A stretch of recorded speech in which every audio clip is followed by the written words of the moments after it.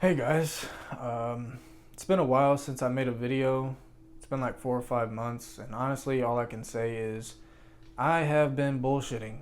So I'm sorry for that, but let's go. So this story is pretty straightforward. It's about me falling in love and how I handled it. This story is about a girl named Ariana. I hope saying her name isn't embarrassing, but yeah. So this story starts around my junior year of high school because that's when my affection for her really got deep. I was already attracted to her the year before, but this is when shit, hits the fan a little bit. Ariana was a friend of mine who would come to every game, every football game, from the beginning to end. In the beginning of the season, she was asking when the next home game was, and I told her when. She came with a couple of friends and her mom. She came to see me, I think, and I got hurt that game. And I go to the sideline, I'm crying. I know she sees this, and I'm in pain, man. And after the game, I go up to her. We start talking about my leg, talking about how we haven't seen each other in forever, and I'm barely holding eye contact. I that's how nervous I was. We continued talking that whole night on the phone. She's asking how I'm doing, how's my leg. Um, she's telling me to try and count sheep because I'm in pain, laying in bed. I'm crying, I can't sleep. And a couple of days after that, I had to go to the hospital and stay there for a week. And Ariana was texting me day and night. And she even sent me a fruit bouquet with a letter. I still have the letter to this day, by the way. Honestly, that getting that was the best thing ever, to me at least, because that's how much I loved Ariana. She's going to every game, even when I'm hurt. She even said she just wanted to go to see me. Almost every week she would say, "I miss you." Even though we saw each other like last Friday, we're about to see each other again. She would take pictures with me almost after every game. It was a pretty good time. It felt like we were boyfriend and girlfriend, but we weren't. Even though all this stuff is going on, we haven't really said how we felt about each other. I definitely couldn't because I was too afraid, and I don't know why. There was a point around the end of the season where I was invited to go to a haunted house with her and a couple of friends of ours. And there was one house, I believe it was the last house we walked through, and we're all holding hands, me and Ariana are in the back. And naturally, her hand kind of pulls mine towards her hip, and she held it there. And I didn't even notice it at first. I didn't even notice that it was happening until my hand was actually right there. And I was like, does she know what she's doing? After that, we went home. The guys had to go. I was waiting for my parents to pick me up. And I remember being so awkward around her and her friends. I was just like, oh man, dude. I went home feeling defeated and thinking why did I do that? The game after that, we didn't really talk to each other anymore. And I blame myself for that because all I had to do was really just speak up. But I was too afraid to do it. I don't know, I wasn't afraid of rejection.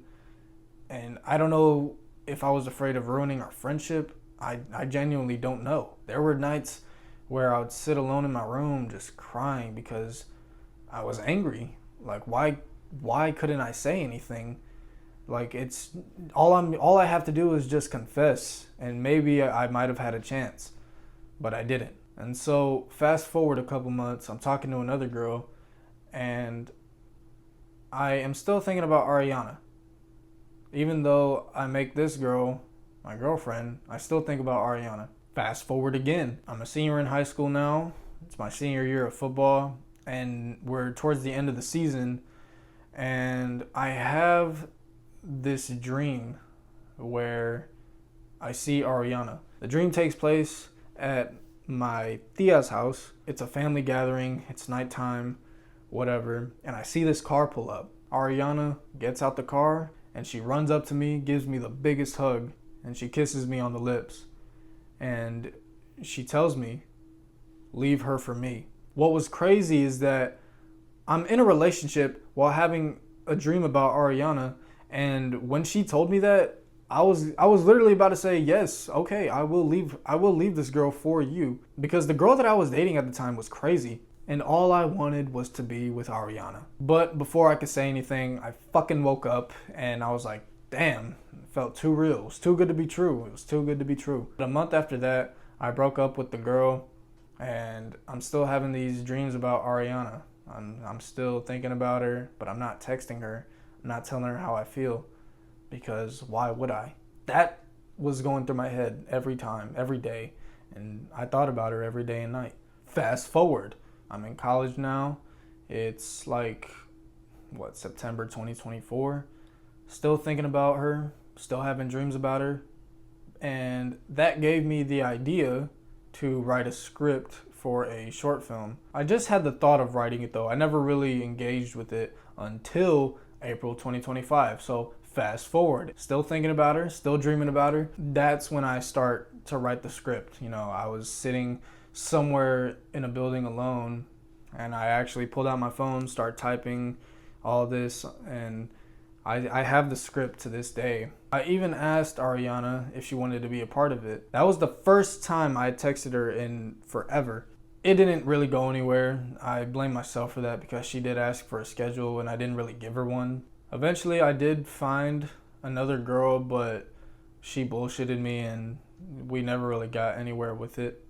I still plan on making that short film though. I still plan on finding the right people. I think I found the people, but I don't know what's gonna happen.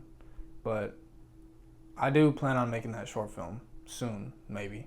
Fast forward, it's September 2025 now, and I'm building up the courage to finally, talk to Ariana, send her a message, and possibly plan on going out and spending some time with her just as friends.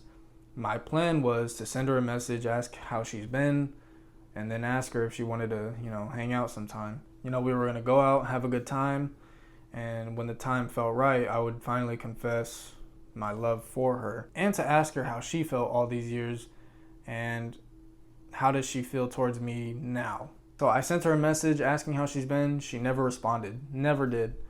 And what's crazy is that I think like a week after I sent that message, I get a follow back on Instagram from a girl who I had history with. It's not the crazy ex, it's just a different girl. And my brother comes up to me saying, hey, this girl and her sister want to hang out with us. And I would just tell him, nah, man, I can't. I got work tomorrow. But for some reason, around that time, I started losing feelings. Like my feelings for Ariana started to fade, all because of this one girl who I don't even talk to. So now, fast forward, it's November 2025, and I'm laying in bed, I'm scrolling on my phone. I see a post on Instagram from Ariana. Ariana is showing that she now has a boyfriend. When I saw that post, I was just like, all right.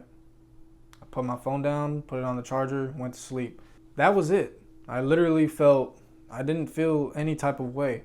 I wasn't sad, I wasn't angry, and I'm not gonna sit here and lie and say, oh, I was happy for her. No, I genuinely felt nothing. Damn, I sound terrible saying that, but that's the truth. I didn't feel anything. I was completely numb to the whole thing. After I saw that post, I thought back to the message I had sent 2 months prior to seeing that post. I thought, damn, I was too late. I was thinking man, dude, what if I had said something? Maybe I could have had a chance. Maybe she wasn't even interested at all like that. Maybe she was and I was just too, blind. But I'll never know because I was too afraid, and I handled it terribly. I let those feelings eat at me for too long. They really did get to my head. I was in my own head. But fast forward to today, and I'm just here, man. I'm just living, trying to do better. I don't have a girlfriend. I choose not to, but there are times where, when I go out, I do think man, it would be good to, spend time with someone, share my time with someone. But I'll talk about that in another video. But the next video, I'm gonna talk about me being replaced. And that is a pretty juicy story. I'm already thinking about it right now. It's just, yeah, it's weird.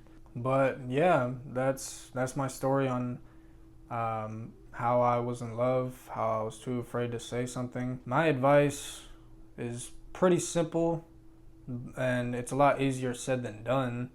If you do have someone you deeply admire, I would just tell them straight up, like, hey, this is how I feel, and I just want to know how you feel.